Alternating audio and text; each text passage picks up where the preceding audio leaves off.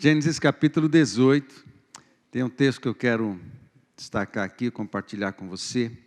Deixa a tua Bíblia aberta, me acompanha a leitura que vou fazer. Depois apareceu-lhe o Senhor nos carvalhais de Mamre, estando ele assentado à porta da tenda, quando tinha aquecido o dia. Pelo menos para Abraão aqui o dia estava quente, né? E estava no deserto da Judéia, ele estava morando, né? E levantou os olhos e olhou, e eis 3 varões estavam em pé junto a ele. E vendo-os, correu da porta da tenda ao seu encontro, e inclinou-se à terra, e disse: meu Senhor, se agora tenho achado graça aos teus olhos, rogo-te que não passes de teu servo. Traga-se agora um pouco de água, e lavai os vossos pés, e recostai-vos debaixo desta árvore, e trarei um bocado de pão, para que esforceis o vosso coração. Depois passareis adiante, porquanto por isso chegastes até vosso servo. E disseram: assim faze como tens dito. E Abraão apressou-se em ir ter com Sara à tenda, e disse-lhe: amassa depressa 3 medidas de flor de farinha e faze bolos. E correu Abraão às vacas, e tomou uma vitela tenra e boa, e deu-a ao moço, que se apressou em prepará-la. E tomou manteiga e leite, e a vitela que tinha preparado, e pôs tudo diante deles. E eles estavam em pé, e ele estava em pé junto a eles, debaixo da árvore, e comeram. E disseram-lhe: onde está Sara, tua mulher? E ele disse: ei-la aí está na tenda. E disse: certamente tornarei a ti por este tempo da vida, e eis que Sara, tua mulher, terá um filho. E ouviu-o Sara à porta da tenda, que estava atrás dele. E eram Abraão e Sara já velhos e adiantados em idade. Já a Sara havia cessado o costume das mulheres. Assim, pois, riu-se Sara consigo, dizendo: terei ainda deleite depois de haver envelhecido, sendo também o meu senhor já velho? E disse o Senhor a Abraão: por que se riu Sara? Dizendo: na verdade gerarei eu ainda, havendo já envelhecido? Haveria alguma coisa difícil ao Senhor? Ao tempo determinado, tornarei a ti por este tempo da vida, e Sara terá um filho. E Sara negou, dizendo: não me ri, porquanto temeu. E ele disse: não digas isso, porque te riste. E levantaram-se aqueles varões dali, e olharam para a banda de Sodoma. E Abraão ia com eles, acompanhando-os. 17. Disse o Senhor: ocultarei eu a Abraão o que faço? Visto que Abraão certamente virá a ser uma grande e poderosa nação, e nele serão benditas todas as nações da terra. Vamos orar, amados. Pai, muito obrigado por essa experiência que o Senhor deu a Abraão e a Sara. Muito obrigado, Pai, por esse texto sagrado. Muito obrigado, porque ele revela muitas coisas do teu coração, do nosso também. Eu peço, Pai, que nesse momento, nesse lugar que estamos, o Senhor se manifeste com entendimento, com revelação, com conhecimento, com experiências pessoais. Jesus, assim como o Senhor fez com Abraão e também os 2 anjos que estavam contigo, agora o Senhor, pelo teu Espírito, habita em nós, mas o Senhor também se manifesta de formas distintas, diferentes, também permite e autoriza que os teus anjos se movimentem, estejam presentes. E essa presença, Pai, para nós é importante, é valiosa. Nós queremos ao mover do Senhor, da Tua presença, dos anjos, nos ambientes da nossa vida. Queremos que isso seja assim agora. Pai, nós consagramos este momento, este lugar, mas ainda nossos corações, para que seja um lugar onde o Senhor apareça, onde o Senhor fale, onde o Senhor toque, onde o Senhor comungue, onde o Senhor esteja, por favor, de um jeito especial. E eu te agradeço, no nome de Jesus. Amém. O que está acontecendo aqui com Abraão e Sara é algo que a gente poderia chamar, vou falar o nome e depois eu explico, uma epifania, no que diz respeito aos anjos, e uma teofania no que diz respeito ao Senhor Jesus. E o que é isso? Isso é uma aparição de Deus antes da encarnação, ou uma aparição do Deus Filho antes da encarnação. Todas as vezes que no Antigo Testamento a gente lê um texto onde aparece um anjo, e quem vê o anjo não sabe dizer se foi um anjo mesmo, se é o Senhor, chama o anjo de Senhor, e às vezes existe essa confusão. Toda vez que isso acontece no Antigo Testamento, mas é o Senhor, nem todas as vezes foi Jesus, muitas foi sim. Todas as vezes nós chamamos isso de teofania, que é uma aparição de Jesus, uma manifestação visível e corpórea de Jesus antes da encarnação. É uma manifestação é uma disposição. Ele aparece, Jesus se mostra, Jesus aparece, mesmo como figura humana, como figura de anjo, mas aparentemente humano, mas antes da encarnação. Isso aconteceu aqui com Abraão. Não foi a única vez, como eu disse, há muitas outras manifestações de Deus que Ele aparece a homens, aparece a mulheres. Uma delas foi com Gideão e muitas outras vezes com outros homens de Deus. Às vezes tentaram oferecer sacrifício, ofertas para os anjos. Quando é anjo, não aceita. O anjo não aceita a adoração, o anjo não aceita a oferta. Mas quando é Jesus, aí então ele aceita. E acontece a adoração e ele aceita e é Jesus. Quando aceita é Jesus que tá no momento ali, que está se manifestando. Mas eu quero pensar com você nesse texto, amado, porque ele é muito especial para mim, esse texto. E não só este, é evidente, mas tantos outros textos em que a gente percebe uma manifestação visível e corpórea de Deus no meio dos homens. E quando isso acontece, a gente tem que parar e pensar um pouquinho. Deus aparece, sabe? Deus fala com as pessoas. Deus fala com os seus filhos. Deus se diminui. Deus se esvazia para isso acontecer. A gente lê Filipenses capítulo 2, dos versos de 5 a 11, e a gente lê esse texto, e a gente lembra que houve um esvaziamento de Jesus para acontecer a encarnação, e parece que isso só aconteceu na encarnação. Amado, para Deus falar comigo e com você, Ele tem que se esvaziar todas as vezes. Todas as vezes Ele se esvazia. O Deus Pai se esvazia para poder se manifestar. Quando Deus Pai, de alguma forma, se manifestava no tabernáculo de Moisés ou no templo do rei Salomão, ele não fazia isso sem esvaziamento. Quando o Espírito Santo de Deus se manifestava entre os homens, Ele também não fazia isso sem esvaziamento. Quando Deus Filho se manifestava, como aqui no Antigo Testamento, nas suas diversas teofanias, até a encarnação, e depois da encarnação, não acontece sem esvaziamento. Ele continua se esvaziando para tocar em nós, Ele continua se esvaziando para falar com você, Ele continua se esvaziando para poder caber no teu coração, para poder caber na tua vida, para poder caber na tua família. Ele continua se esvaziando. Como?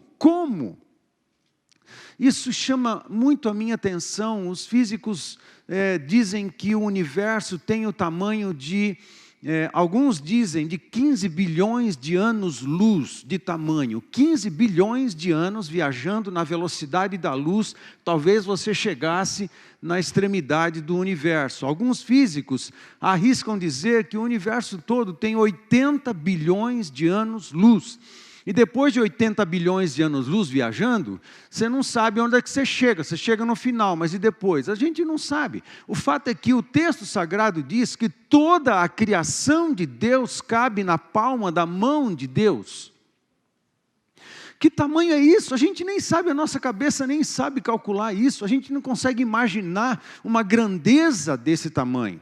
Não tem como pensar. Estava esses dias assistindo um documentário científico com o meu filho a respeito do espaço, a respeito da movimentação de todo o espaço, a explosão de estrelas, a movimentação de toda a Via Láctea, os planetas, os meteoros, as luas, os planetas do nosso sistema solar, que é quase nada. Nosso sistema solar é um ponto quase invisível no mapa celeste. A gente é muito pequeno dentro da grandeza do universo. E dentro do comentário achei curioso um cientista dizer, o Lucas gosta dessas coisas, né, Lucas?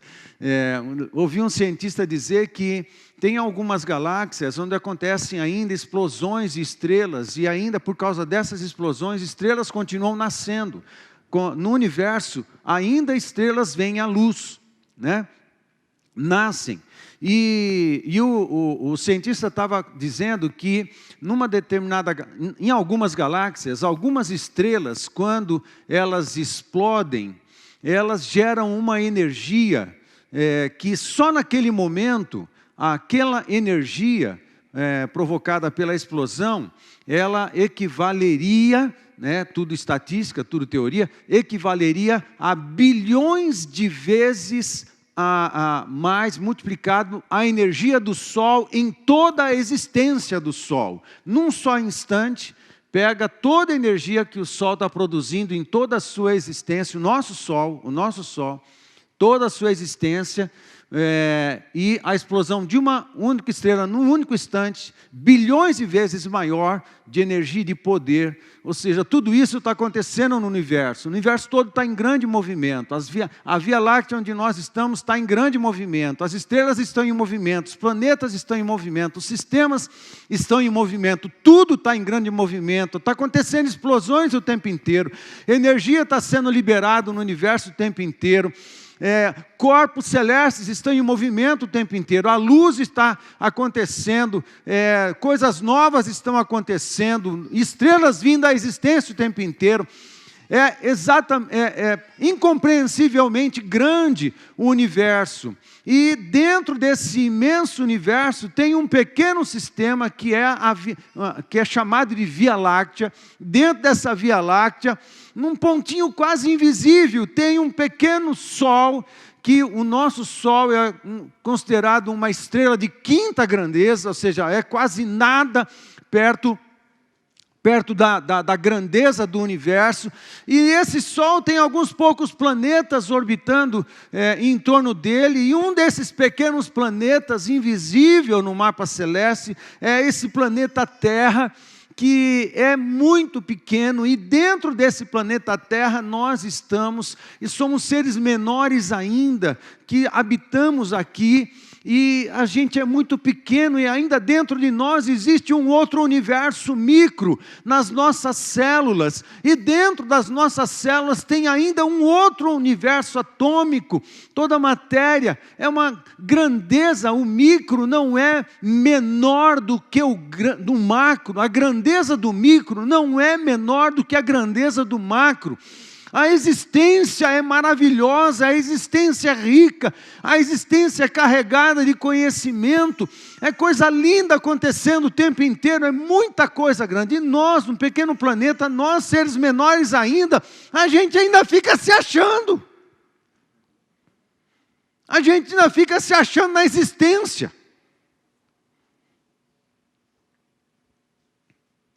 A gente ainda acha que pode confrontar Deus, que levantar dedo para Deus. A gente ainda fica achando que dá para viver sem Deus. A gente é nada, é menos do que nada. Comparado com a grandeza dos diversos corpos que foram criados. Quando Deus cria a raça humana, Deus dá uma ordem para um Adão, para governar sobre todas essas coisas. Você imagina o homem conseguindo acessar, Lucas? O homem, pela sua sabedoria, como corregente de Deus, conseguindo acessar bilhões de anos-luz num instante? Era para ser assim. Mas o pecado degradou. O pecado acabou com a nossa capacidade. Se é que conseguimos usar 10% da capacidade cerebral, provavelmente Adão usaria 70, 80. O que significa isso? A gente não consegue imaginar. É muita grandeza. Quando Deus cria 3 reinos. Ele cria o espaço, Ele cria as regiões celestes, o nosso espaço, Ele cria o mar, a terra e o mar. Ele cria 3 reinos nos 3 primeiros dias. Nos outros 3 dias, Ele coloca, Ele preenche esses reinos. Ele preenche o céu com as estrelas, os planetas e tudo mais. Ele preenche a terra com esta dimensão próxima de nós, com seus seres, seus habitantes, sejam animais, sejam plantas, árvores. Cria os seres no mar também. Ele preenche os universos. Deus preenche com seres os diversos universos criados. E Deus cria o homem no 6º dia. Por último, Ele cria o homem e fala assim: agora você vai governar como um corregente meu sobre todas as coisas que eu criei. A sua missão será expandir o jardim, porque o jardim é uma expressão do céu, é uma expressão do reino de Deus na terra. A sua missão, Adão e Eva, e a humanidade que nascer de você, a sua missão é expandir o jardim, expandir as dimensões do reino de Deus, fazer o reino de Deus cobrir todo o planeta e curar e transformar aquilo que estava deformado. E estava deformado porque provavelmente quando Lúcifer, 1/3 dos anjos cabeção que foram lançados do céu, caiu por essas dimensões do universo, cargas d'água. Os demônios também, provavelmente, depois de terem pecado, se esvaziaram. Porque eles cabem na nossa dimensão, que comparado com a grandeza do universo é nada. Aí Deus cria um jardim, cria uma raça humana dentro do jardim, dá a missão, expande o reino, porque eu vou curar o universo, eu vou curar essa dimensão, eu vou curar as regiões celestes, eu vou curar o céu. Colossenses capítulo 1 fala que o sangue de Jesus Cristo foi poderoso o suficiente, não só para curar a terra, não só para curar a humanidade, mas para curar o céu, limpar o céu, porque o primeiro pecado foi cometido lá. O grupo da rebelião começou lá. Satanás conseguiu promover rebelião no céu. E 1/3 dos anjos aderiram à rebelião. O problema é que quando ele convence Eva e Adão a pecarem, eles agregaram a humanidade à turma da rebelião. Aí degradamos. Se já fomos criados pequenos, de alguma forma, no entanto o salmista diz que fomos criados um pouco menor que os anjos, e certamente a gente está falando de 1,70 m, 1,80 m, que tamanho tem o nosso espírito? Eu não sei, mas a gente vai andar com Jesus, a gente vai conversar com Jesus, a gente vai conviver lá. Aqueles que estiverem com Jesus, nós vamos conviver lá. É muito grande, o universo é muito grande, o céu é muito grande. Aí, a gente adere à rebelião com o pecado. lá no Éden. Aí Deus faz um plano, que já sabia o que ia acontecer, Ele faz um plano de salvar tudo, de salvar a raça humana. E Ele vem fazendo a manutenção desse plano salvífico, a manutenção desse plano da salvação. E para fazer a manutenção, para revelar o plano, Ele faz promessas, Ele faz alianças com a humanidade. E para fazer a manutenção desse plano, Ele aparece de vez em quando para conduzir as coisas para a história, conduzir a história e, de alguma forma, ir revelando a salvação, revelando o amor e construindo a história da redenção. E a Bíblia nada mais é do que um livro que conta a história da redenção, é um livro de amor. Mas tem tanta matança? Tem muita matança por causa do problema do pecado. Nós é que fizemos isso. Tudo isso, esse sangue que é derramado, os problemas que a humanidade tem, nós é que puxamos isso para nós, porque nós aderimos à rebelião. Nós aderimos à rebelião que Lúcifer iniciou e promoveu. Custou muito caro. Custou muito caro. Mas aí, nesse negócio de Deus mesmo fazer a manutenção do plano salvífico, manutenção da história da redenção e conduzir a história para os seus propósitos amorosos e eternos, Ele vem e aparece de vez em quando no meio dos homens. E Ele continua fazendo isso muitas vezes. Se não é o próprio Jesus, são os seus anjos.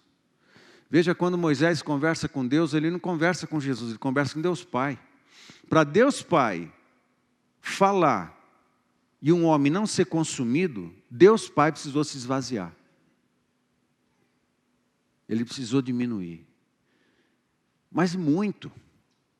Se todo o universo, os 80 bilhões de anos-luz, cabem na palma da mão de Deus, quanto que Deus teve que diminuir para conversar com o homem? Muito. Agora, esse pensamento me constrange, porque só tem uma coisa que justifica esse esvaziamento todo, é amor. Ele me quis. Ele quis você.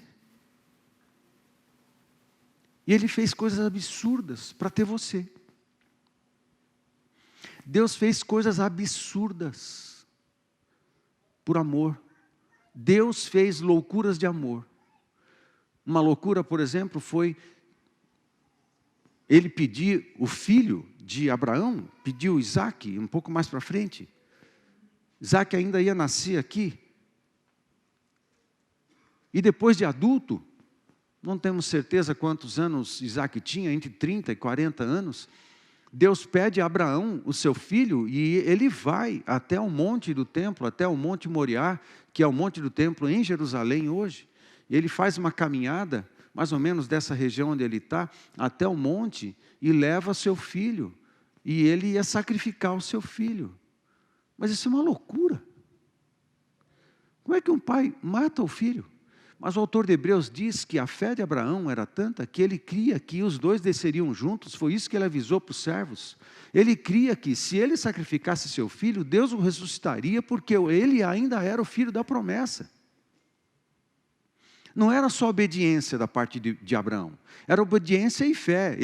Não importa se eu enfiar o cutelo no coração do meu filho, Deus vai trazer ele de volta, porque ele é o filho da promessa.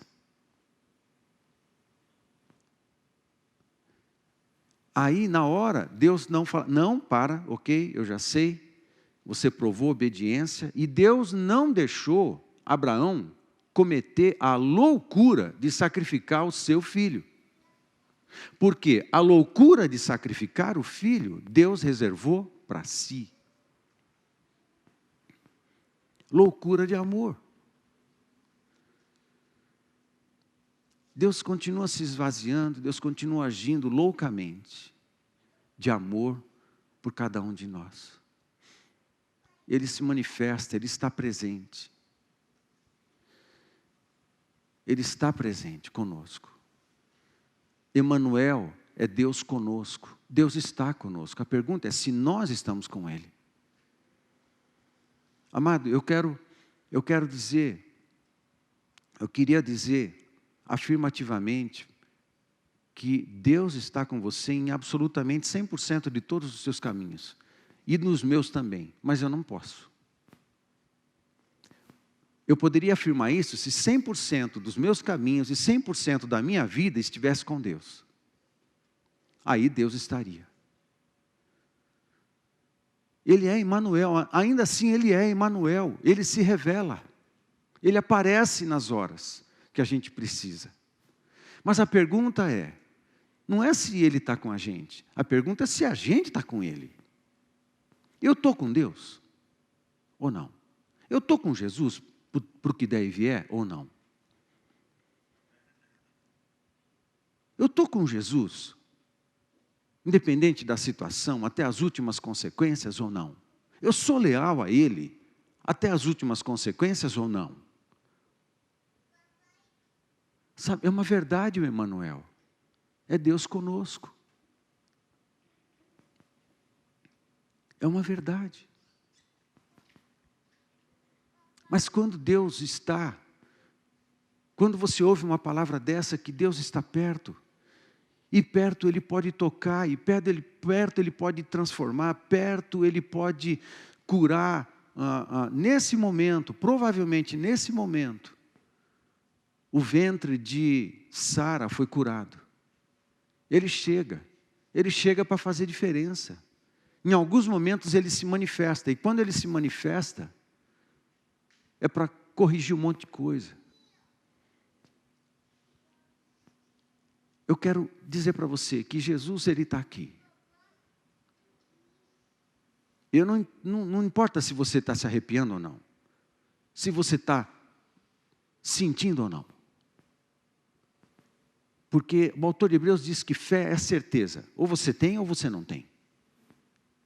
Não está escrito você sente ou você não sente. O autor de Hebreus é ou não é, ou você tem certeza ou você não tem. É uma experiência mais espiritual do que de emoção. Porque emoção pode variar de pessoa para pessoa. Os mais emotivos sentiriam menos, os menos sentiriam mais, os menos sentiriam menos. Mas não é uma questão de emoção, é uma questão de certeza no espírito.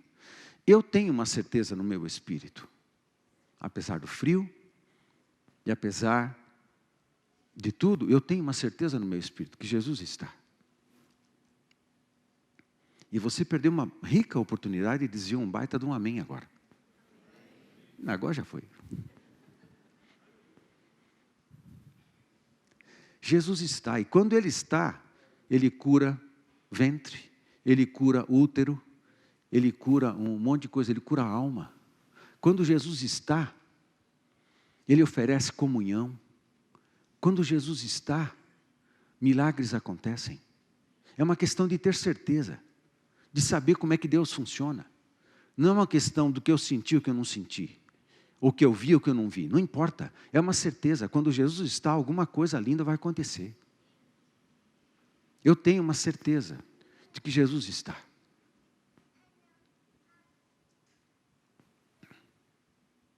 A questão é, como eu vou responder a isso?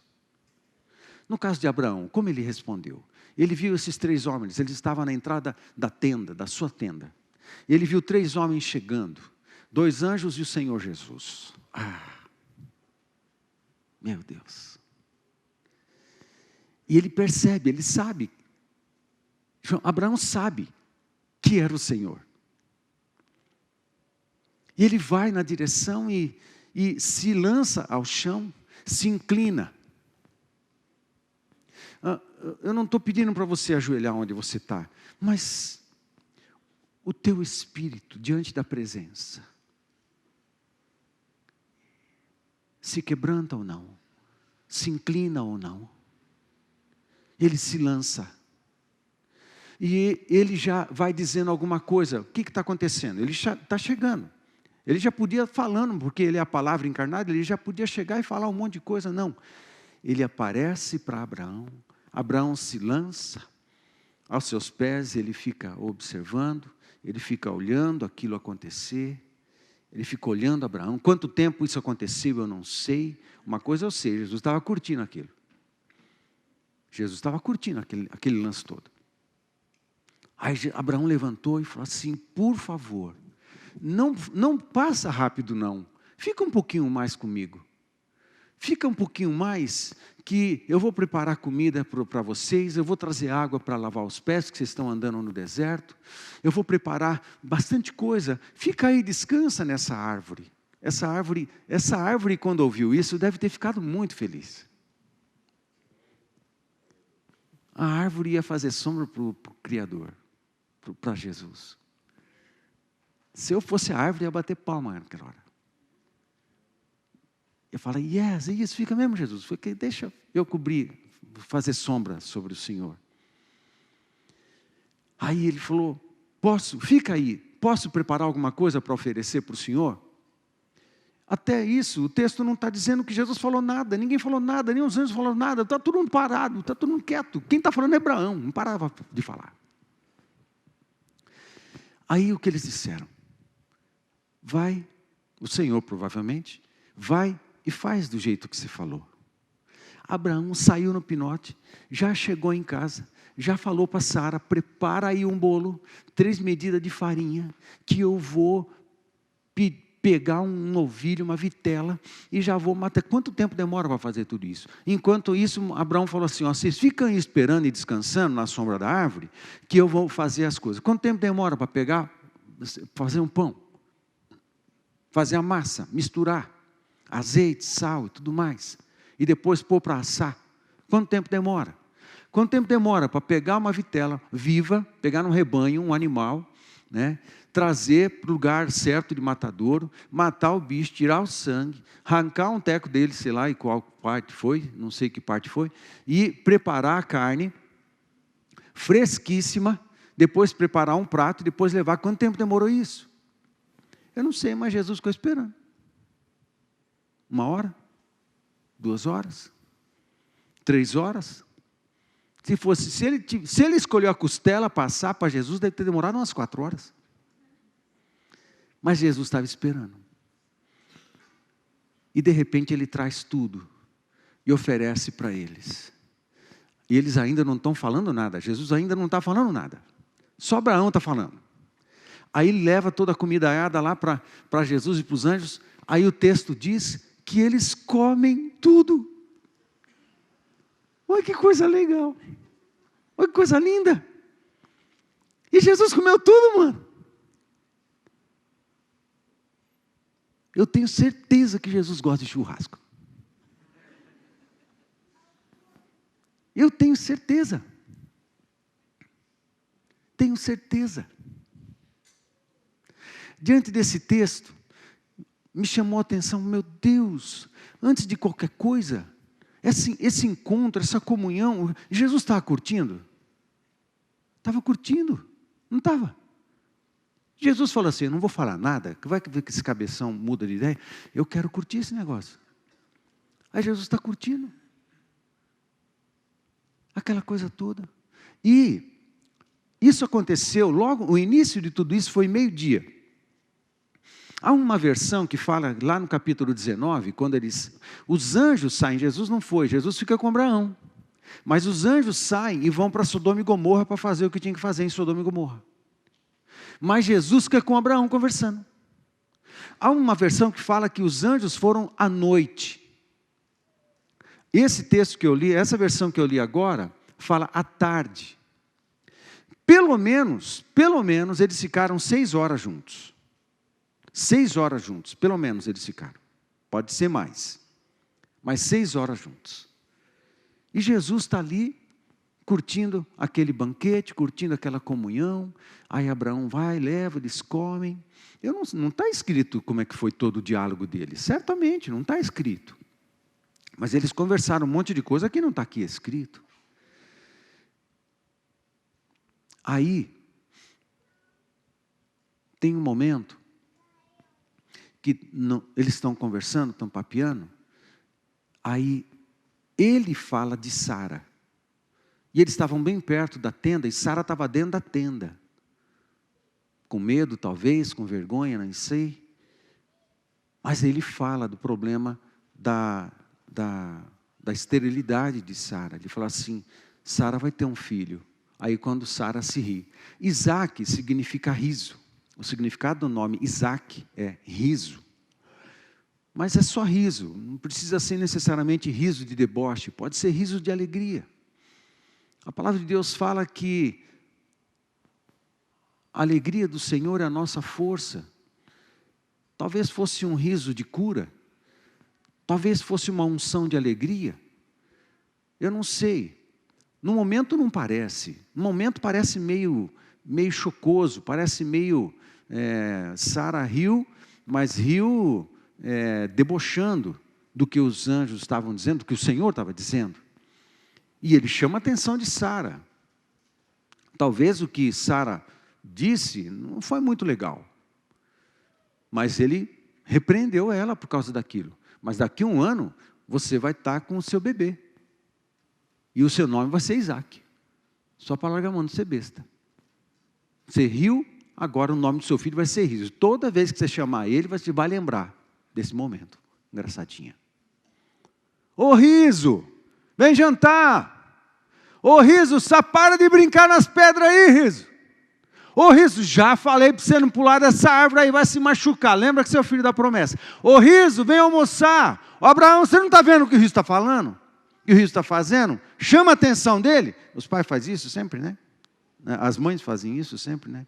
Fala sempre para o pai brigar com os filhos, né? Ô Riso, ô Abraão, dá um jeito no seu filho aí, dá um jeito no Riso. Só para largar a mão de ser besta. O tempo inteiro. Agora, pensa comigo. Jesus está curtindo esse momento, antes ainda de conversar sobre Sara. E Abraão também, eles estão comungando. Primeiro aconteceu a comunhão. Primeiro Abraão ofereceu alguma coisa para o Senhor, nesse encontro. Só depois que aconteceu a comunhão, que aconteceu a mesa, e aconteceu a oferta, é que ele vai e fala do problema pessoal com Sara.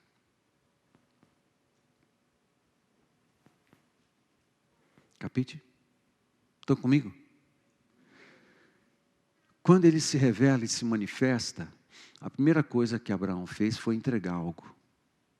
Eu estava pensando sobre isso e depois eu fui tomar um lanche. Aí sentei na minha cadeira, né? Na mesa, diante da mesa. Eu falei que ia sentar na mesa, não é difícil sentar na mesa. Aí, eu fiquei pensando. Falei, Jesus, senta aqui comigo. Pus uma cadeira. Jesus, o Senhor está aqui. O que eu vou oferecer para o Senhor? Aí fiquei pensando, Jesus, lancha comigo aqui. O que eu posso oferecer para o Senhor? Eu estava comendo eu estava lanchando, eu falei, Jesus, o que eu vou oferecer para o Senhor aqui que eu tenho em casa, mas que o Senhor goste? Eu falei, eu posso oferecer um cafezinho de máquina. Ó, tem um cappuccino. O Senhor gosta de cappuccino, Jesus? Eu acho que Jesus falou assim, eu curto cappuccino. Eu falei, ó, mas também tem tem outro café lá que eu esqueci. Ó, tem outro assim. Eu falei, eu curto também. Eu falei, ó, não é muito difícil agradar Jesus. Ele curte. O importante não é o café, o importante é a companhia. Né? O café também, né? Precisa fazer um negócio bom, né? Aí, eu falei, Jesus, ó, não tem pão, mas eu fiz uma panqueca de aveia, ovo e não sei o que, um negócio legal. O senhor curte? Eu falei, eu curto, como com você? Legal. Eu falei, o que eu vou dar para o senhor beber? Além do café, tem suco de uva. Não está muito novo, está na geladeira faz um tempo, mas eu acho que o senhor vai gostar. Ele falou assim, eu gosto de suco de uva. Eu curto suco de uva. Aliás, né? Transformei água em vinho, eu curto vinho. Eu curto. Falei, legal, eu vou oferecer. Mas eu tenho uma água. Eu tenho uma água aí, Jesus, que o senhor vai gostar, que é uma água corrigida. Uma água corrigida. Tem um negocinho aí que eu comprei de um cara, né? Que corrige a água. Aí nessa hora, eu conversando com Jesus na mesa, eu achei no meu espírito que Jesus falou assim, Paulo, sou eu que corrijo a água. Sou eu que corrijo todas as coisas. Dentro da minha garrafa, tem um ímã, e eu ponho água lá dentro, e aquele ímã, ele cria um campo magnético que ele reorganiza as moléculas da água, e a água fica como se tivesse saído da fonte. Se você quiser um negócio desse, fala comigo, eu te dou o endereço do cara que me vendeu esse negócio. Aí, e ele reorganiza as moléculas da água, e a água fica mais saudável, né? Eu falei, Jesus, é isso. Aí quando ele falou, Paulo, eu é que corrijo a água, eu é que corrijo os corações, eu é que sou o elemento dentro das vidas, eu é que sou o elemento dentro da família, eu que sou o elemento dentro da garrafa, eu é que sou o elemento que corrijo todas as coisas. Aí quando eu achei que Jesus falou isso comigo, meu caro, eu comecei a chorar desesperadamente. Falei, Jesus, o Senhor é que nos corrige, a sua presença, o Senhor é o elemento que corrige, que organiza as moléculas da minha vida, organiza as moléculas, os átomos da minha alma, organiza o meu interior, organiza a minha alma, organiza meus pensamentos, organiza a minha espiritualidade, organiza meus sentimentos. Jesus, o Senhor, é o Senhor. É o Senhor presente que corrige tudo isso. É o Senhor, Jesus, eu chorei um tempão, depois eu parei de chorar, falei, Jesus, eu queria agradecer que o Senhor está tomando café comigo. Obrigado que o Senhor está lanchando comigo aqui, porque o que importa é comunhão. Aí eu pensei, Jesus, tá, assim como Abraão, eu quero oferecer alguma coisa para o Senhor. O que o Senhor querer? O que eu posso lhe oferecer, além dessas comidas aqui? Abraão ofereceu algumas comidas, eu quero oferecer umas comidas para o Senhor também. O que eu quero oferecer mais para o Senhor? O que o Senhor gostaria? Ele falou, Paulo, eu pensei, bom, oferta, dinheiro, pensei comigo. Aí eu fiquei pensando assim, tive a impressão de Jesus falar assim, não. Falei, uma das coisas mais valiosas que eu tenho na minha casa são meus livros. E Jesus, e se eu pegar alguns livros e começar a doar? Mas não pede isso não, não pede isso não. Mas tudo bem, e se eu começar a doar meus livros a Jesus, tive a impressão de Jesus falar assim, o que eu vou fazer com o livro? Outros vão aproveitar, evidente, mas oferta, não, o que eu estou te dando, eu estou te dando. Sabe o que eu quero mesmo? Falei, o que o Senhor quer, Jesus? Eu quero um pouco mais de você. Aí, eu fui para o chão para chorar. Eu quero um pouco mais de você. O que eu vou fazer com mais de dinheiro? É mais importante para a igreja, claro que é. Mas eu quero você, eu quero o teu coração, eu sou o elemento que corrige. Eu quero corrigir todas as coisas, eu quero estar dentro, só que eu só vou corrigir se eu estiver dentro.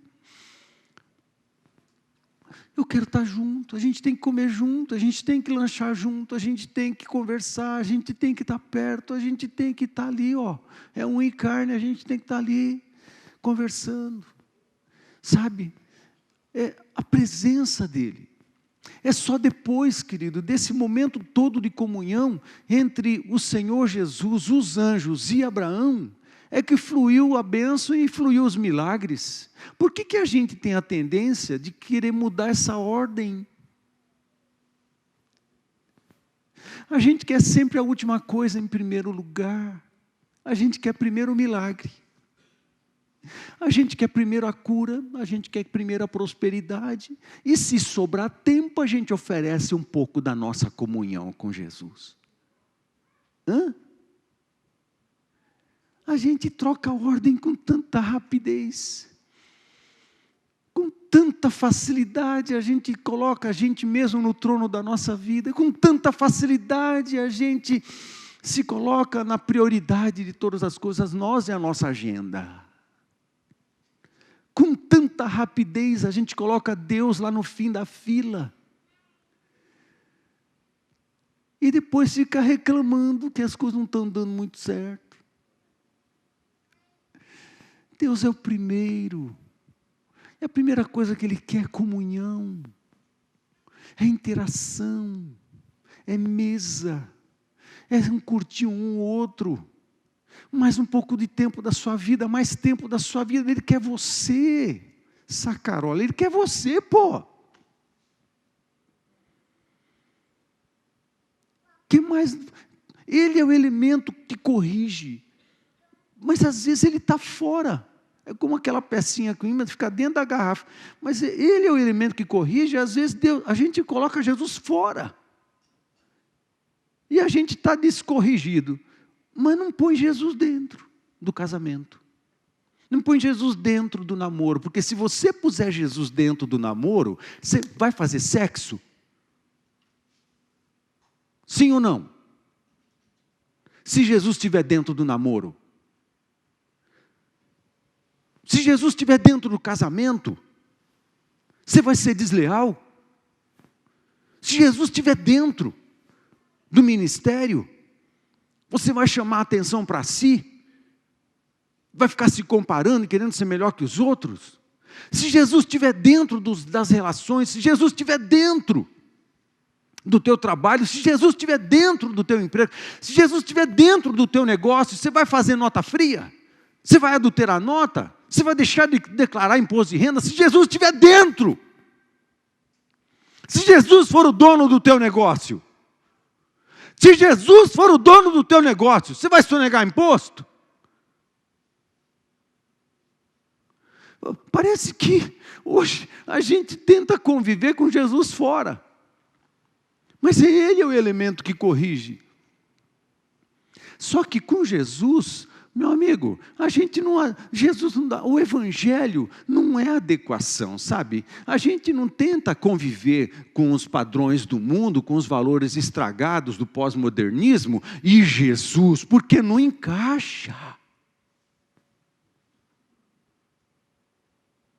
Tudo é relativo, hoje tudo pode, a verdade é subjetiva. A palavra de Deus é a verdade, Jesus é a verdade é uma pessoa, a palavra de Deus é o absoluto, não tem sombra, não variação, é tudo uma coisa só. Deus é Deus, Ele é eterno, seus valores e princípios nunca mudaram. O povo do reino é um povo que vive com a verdade, é sujeito à verdade, é sujeito aos absolutos do reino de Deus, não fica negociando santidade, negociando o pensamento, convivendo com permissividades, fazendo concessões o tempo inteiro. A gente vê uma pornografia aqui, faz concessão. No reino de Deus não existe concessão, porque uma pequena concessão é que leva ao adultério.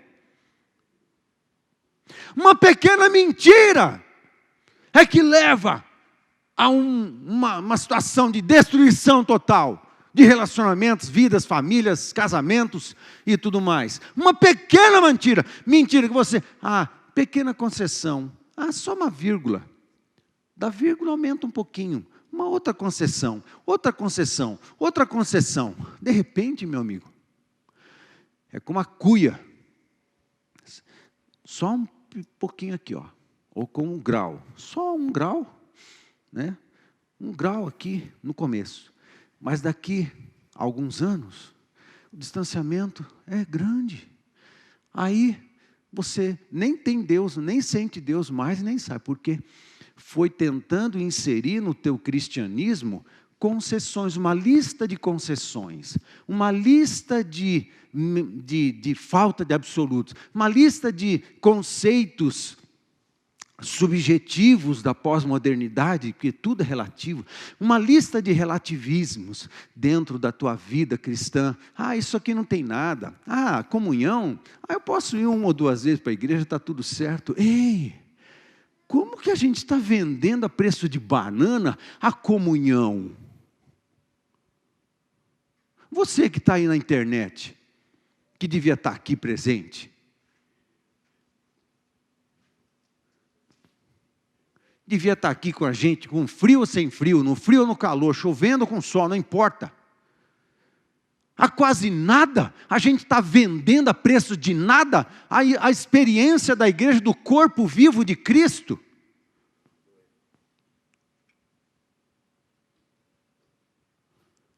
A gente vive num mundo em que a gente quer um milagre, a gente quer a bênção do útero curado, mas a gente não quer dar a nossa vida para Jesus. A gente quer tomar uma água corrigida, mas bota o negócio fora. A gente quer uma vida legal e corrigida, mas não deixa Jesus dar dentro. Que tipo de vida é essa? Que cristianismo é esse? Provavelmente o mesmo cristianismo que existia nas igrejas de Sodoma e Gomorra. Porque na igreja de Sodoma e Gomorra, o relativismo imperava. Na igreja de Sodoma e Gomorra, os namorados faziam sexo. Na igreja de Sodoma e Gomorra, mentia, tudo bem, não vamos exagerar, né? Na igreja de Sodoma e Gomorra, o povo tinha vida dupla. No final de semana, ia para a igreja e fazia a cara de crentão, mas durante a semana, aí pintava e bordava. Na igreja de Sodoma e Gomorra, a gente fazia de conta que obedecia às autoridades. Na igreja de Sodoma e Gomorra, a gente fazia de conta na frente do líder que obedecia o líder, mas depois fazia o que queria. Na igreja de Sodoma e Gomorra, a gente se comprometia com a igreja e com Deus, mas na hora do vamos ver, não ia. Na igreja de Sodoma e Gomorra, marcava um compromisso com o pastor e depois não aparecia. O pastor separa a agenda, separa a hora para atender, faz isso, dá aquele momento, ele está orando pelo atendimento, está orando pela pessoa, está intercedendo, clamando para que o Espírito Santo fale, que os anjos enchem o ambiente do escritório, para quando a gente receber aquela pessoa, ela ser abençoada, ela não vem. E não avisa. 2 semanas depois, falou, meu querido, eu estava te esperando. Sabe o que, pastor? Aqui não deu, sabe, não aconteceu um negócio lá, não pude vir. Quando eu era jovem, adolescente, o pastor falava assim, eu quero falar com você, pelo amor de Deus. Era uma honra a gente entrar no gabinete do pastor. Quando eu era jovem e adolescente. Hoje marcam com o pastor e não vai e depois não presta satisfação. Na igreja de Sodoma e Gomorra era assim. Na igreja de Sodoma e Gomorra tinha célula. Era igreja em célula. Igreja de Sodoma e Gomorra. Mas aí começou um tempo da pandemia em Sodoma e Gomorra. Aí criaram um tal de culto por internet. Lá em Sodoma e Gomorra. Aí o povo gostou, sabe? Gostou do culto pela internet. Aí o povo preferia ficar em casa, debaixo do cobertor, porque logo depois do culto já emendava com futebol. Aí já nem saía do sofá. Adoravam no sofá, depois já emendava no futebol no sofá. Aí a comunhão, aí abriram mão da comunhão, de ter que estar com as pessoas, de olhar para elas, mesmo atrás da máscara, mesmo de máscara. Aí aconteceu isso em Sodoma e Gomorra.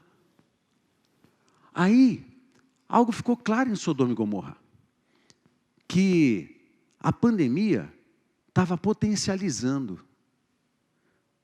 O quê? A pandemia potencializava os consagrados, com mais consagração, quem é santo, santifique-se ainda. Mas os que não tinham compromisso, os descompromissados, o descompromisso foi potencializado. Interessante. Basta acontecer alguma coisa diferente para potencializar, de fato, o que é importante para nós. Lá na igreja de Sodoma e Gomorra. Mas aí os anjos foram para lá. E o que aconteceu com Sodoma e Gomorra? Em Sodoma e Gomorra, o povo não era muito leal aos líderes, não. E em Sodoma e Gomorra, até os líderes era tudo adúltero. Em Sodoma e Gomorra. Em Sodoma e Gomorra, o povo está querendo grana. dinheiro. Mas lá em Sodoma e Gomorra, a igreja de Sodoma e Gomorra era grande, era forte. Forte. Tinha gente. A igreja era cheia. Era cheia porque você podia estar presente lá e o pastor aceitava tudo. Não, fica de boa aí. Pastor, a gente já fez cheque, vamos casar, mas já fizemos, já está vivendo, mas tá. Fica de boa aí. Não, vê a vida que você quer. A gente enche a cara lá de vez em quando e tal, mas fica de boa aí. Fica de boa. Nada a ver. Uma das coisas mais interessantes que se falava na igreja de Sodoma e Gomorra era: nada a ver. Nada a ver. Se tem uma coisa irritante para os mais velhos, como eu, você explica alguma coisa lógica e óbvia e bíblica, aí alguém fala para você: nada a ver. Dá vontade de fazer um monte de coisa. Mas a gente não faz. Porque não quer ir para a cadeia por homicídio. Sabe? Mas que dá vontade, dá. Nada a ver. Na igreja de Sodoma e Gomorra era assim.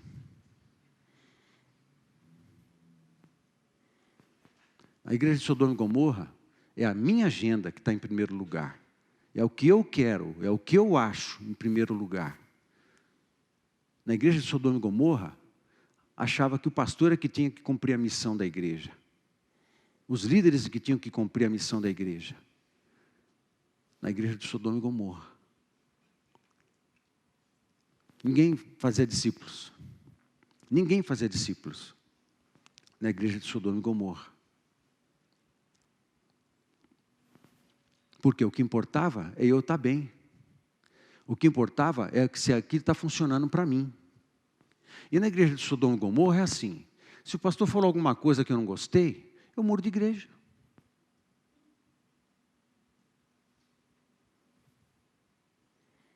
Porque a oferta é grande. Eu vou onde eu me sentir melhor.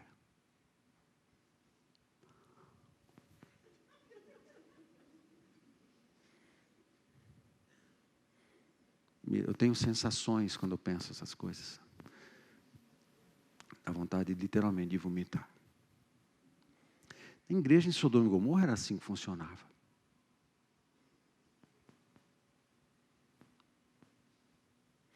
Mas lá com Abraão, não. Com Abraão, não. Antes do útero de Sara ser curado, e antes dele fazer o papel de intercessão, aí ele salvou o amigo também, ele salvou o sobrinho, Ló. Porque foi a intercessão de Abraão que livrou a cara de Ló. Jesus ficou conversando com ele, os anjos foram lá para fazer o serviço. E ele conversando: se tiver até 10, 50 foi parar em 10. Se tiver 10 justos na cidade, eu não destruirei por amor dos 10. Amor. Por amor. Mas antes da bênção, de Deus atender a intercessão de Abraão e de curar a família, para que a promessa de Deus se cumprisse, teve mesa, teve comunhão. Gente, a gente está vendendo a oportunidade da comunhão com essa pandemia. Pelo amor de Deus, eu vi a foto dos jovens no sábado. Eu estava no meio do culto, pedi para o Renan me mandar a foto. Me manda a foto aí dos adolescentes e jovens na reunião no sábado. Porque o povo se reuniu para ver participar da conferência. Cara, no meio da conferência, eu peguei a foto que o Renan me mandou, eu quase chorei. Me estragou o resto da conferência. Cadê os nossos jovens? E os nossos adolescentes? E os pais, que acham que dá muito trabalho trazer o adolescente para a igreja? Pelo amor de Deus. Cadê? Me estragou tudo. Falei: Pai do céu, o que está acontecendo? O que está acontecendo? Que tipo de crente a gente é? Eu queria levar essa mensagem para um ponto mais positivo. Mas eu quero dizer para você que meu coração está destruído. Meu coração está quebrado. Meu coração está quebrado. Eu chorei o dia inteiro hoje. Eu chorei o dia inteiro. Eu não consigo parar de chorar. Pedi para os irmãos fazer a direção do culto, porque eu não estou em condição. O meu espírito está chorando e não consigo fazer ele parar de chorar. Minha alma está chorando e eu não consigo fazer ela parar de chorar.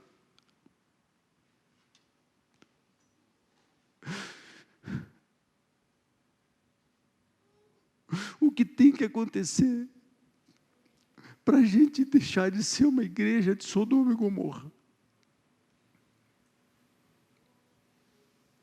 O que tem que acontecer para a gente procurar Deus e a comunhão primeiro, antes da bênção e do milagre? A gente vê, e quando perceber que Jesus está, não saber o que fazer. O que eu vou fazer para ficar com Jesus um pouquinho aqui? Peraí, o senhor quer uma vitela? O senhor quer um pão de farinha, sei lá, de trigo, sem glúten?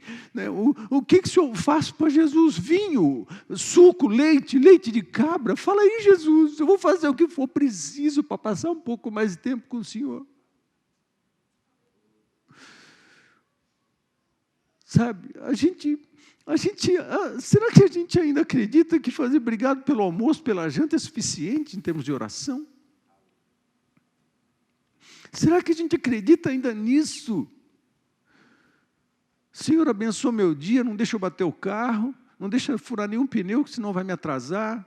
Senhor, abençoa, faz meus negócios prosperar. Muito obrigado por tudo, cuida da minha família, obrigado pelo almoço, obrigado pela janta. Sério mesmo? Você acha que isso é oração? Sério mesmo? E tempo com Deus?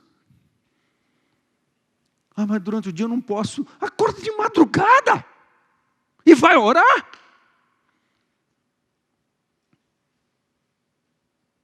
Quanto tempo você tem com Deus? Quanto tempo você tem com Deus?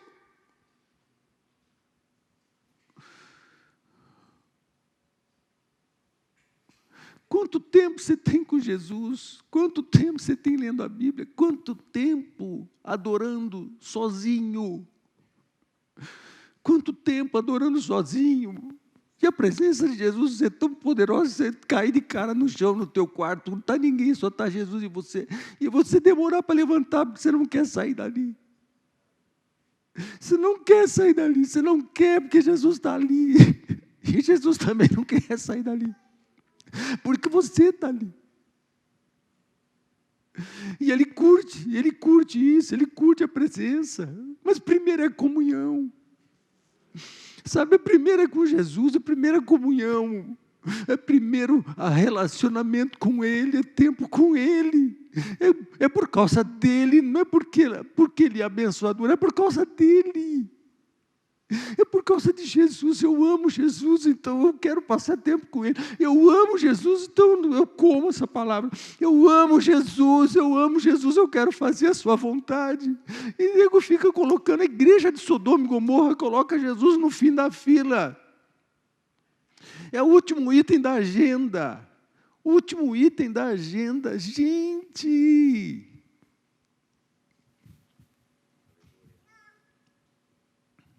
Quando que Jesus vai ser o primeiro? Na sua vida. Quando que Jesus vai ser o primeiro na sua vida? Antes dos seus negócios, antes de grana, antes do teu ministério, antes da tua família. Quando que Jesus vai ser o primeiro? Eu preciso dizer para você, já que eu estou rasgando meu coração, muitos dirão, Senhor, Senhor, no último dia, expulsei demônio e etc e tal. E muitos vão ouvir, eu era líder de célula, eu era fiel, dava o dízimo, ia na igreja todo final de semana. Aí Jesus falou assim: olha, sinto muito, mas não te conheço. Não te conheço. Sinto muito, não te conheço, cara. Quem é você?